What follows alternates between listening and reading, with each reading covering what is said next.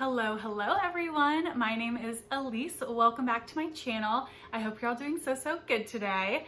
We are going to be doing my February book haul, and this is late. Normally I like to do them in the month that they're for, but I wasn't feeling filming for a while, which I've talked about in a previous video, so we're doing it now. And I have only 7 books here, which I know for some people they might be like, 7 books is a lot of books in a month, but for me that's on the lower end, and that was showing great restraint on my part. So I'm gonna throw that out there. I'm very proud of myself. And it would have honestly been less. It would have only been 5 books, but I got so lucky this month in my little free library that is on my street that I found 2 books at different points in the month that I very much wanted, and I only take books out of the little free library if I really want them. And typically, like, I might grab 2 or 3 books from my little free library for a whole year. Like, it's pretty rare that I'm taking stuff out of there. So yeah, to find 2 in 1 month is amazing. And that's where most of my books go when I'm unhauling them, is in that little free library. So yeah, we will go ahead and get into the books. So firstly, I got a few pre-orders. So I had 2 pre-orders come in February. And the first one was Big Swiss. This is by Jen Beagin. This is the only pre-order that I did from a big publisher. The rest were all from indies, so it's pretty rare that I would pre-order from a big publisher, but this is the one. This is about a transcriptionist who is working for a therapist and starts to transcribe the sessions with a particular male client, and she ends up becoming infatuated with the client and then finds them in real life. I think this sounds amazing, so plotty, and like the drama is just gonna go off the rails, and I can't wait for it. So that is Big Swiss by Jen Beagin, and this one is published by Scribner. The other pre-order I got is my most anticipated nonfiction of the entire year, and that is Wanting.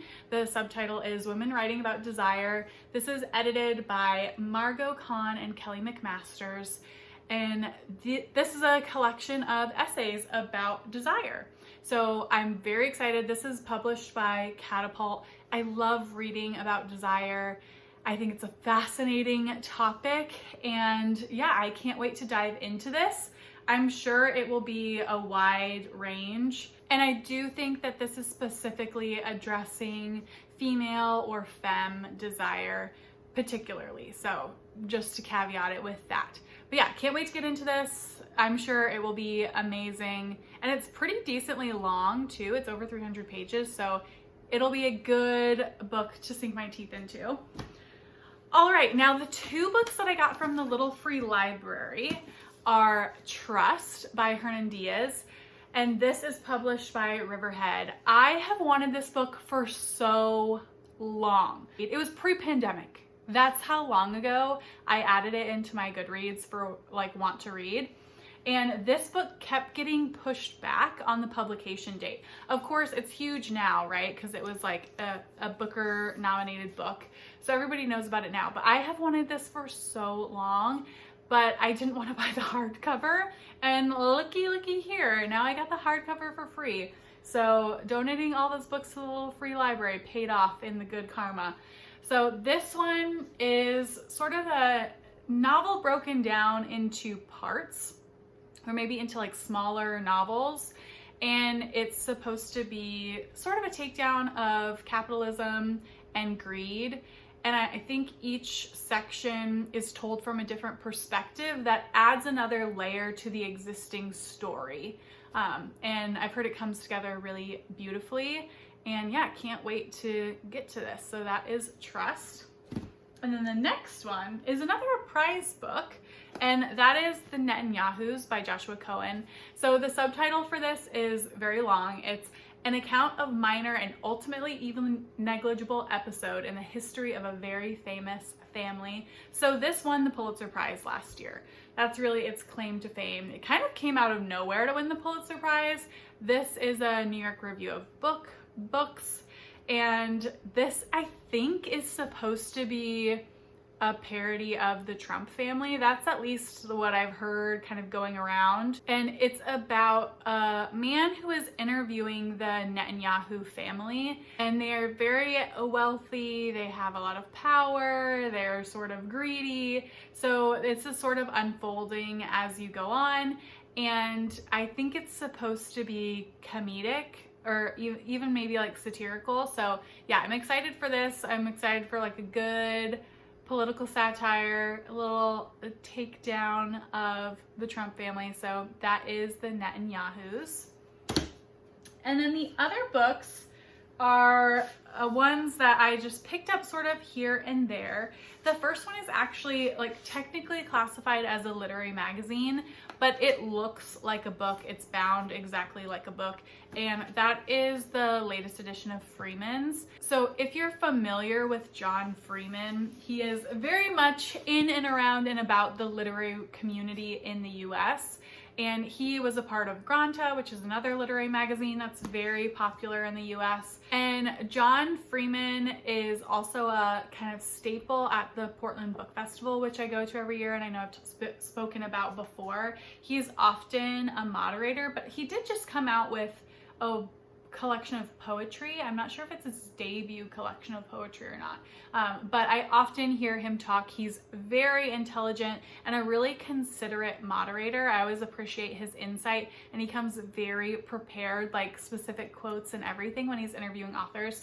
And he started Freemans, which binds up collection of works on a specific topic. So this is the last one that had come out, but it came out, I want to say in like 2018. Yes, 2018. And this one is all about power. So it says the best new writing on power, and then it has all the last names of the authors that are included. There are always a ton of heavy hitters in the Freeman's bind-ups. This one has work by Margaret Atwood, David Mitchell. It has stuff by Julia Alvarez and many, many, many, many more. So I'm very excited to get to this. Who knows what I will find in here. Everything's just gonna talk about power in some way. So yeah, I'm excited to read this and maybe discover some authors that I want to check out more of their work from. So that is this edition of Freemans. The next one that I picked up is one that I wanted for a while and just bit the bullet. I was at Elliott Bay Book Company, which is one of the bigger indies in Seattle. It's probably one of the most popular, like the one that you would go to if you were visiting out of town. And I was killing time while my husband was getting a haircut, went in there and bought the next two books. So the first one is Girlhood by Melissa Fibos, and this is an essay collection that is nonfiction, so it's about her life, and it's all about girlhood. So there's a lot in here about kind of the complexity of girlhood and puberty and sort of the amount of sexualization you get as a young child. That is just kind of like gross and horrible and puts you in positions that you never want to be in. And how do you navigate going through puberty and sort of having your body change and people treating you differently? So yeah, lots of stuff going on here. I have already started this, but I'm at the very, very beginning. I think I've read the first two essays. I do think this might be my year of Melissa Fibos. I have a couple other books by them. I think 2 other books by them. So who knows? I might just kind of dive into their work this year. But yeah, I'm very excited to get into this. And then the last thing I picked up there was a book that I almost bought full price earlier in the month and then stopped myself. And then when I was at Elliott Bay, they had these discounted. They're new books, but they have a section where like if the books haven't been selling really well, they discount them. So I was very excited to find this because I definitely wanted it. And that is Devil House by John Darnielle. This is published by MCD by FSG.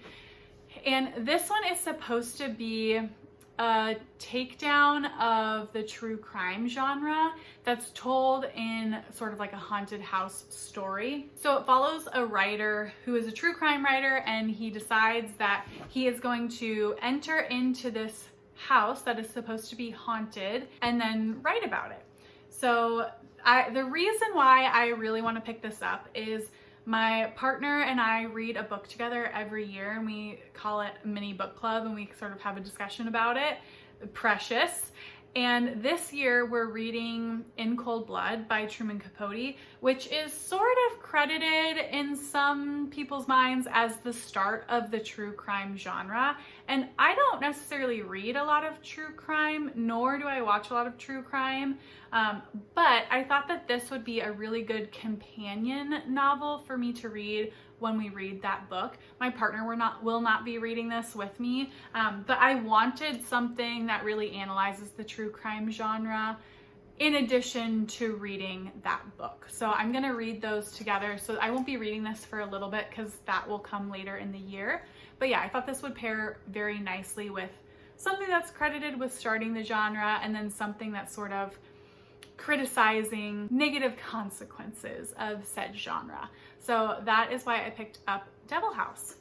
And those are the 7 books that I got in February. Very proud of myself again. So here we are. Here's the whole stack. If you've read any of these, please let me know. And let me know what you bought in February. And I will see you all in the next one. Bye.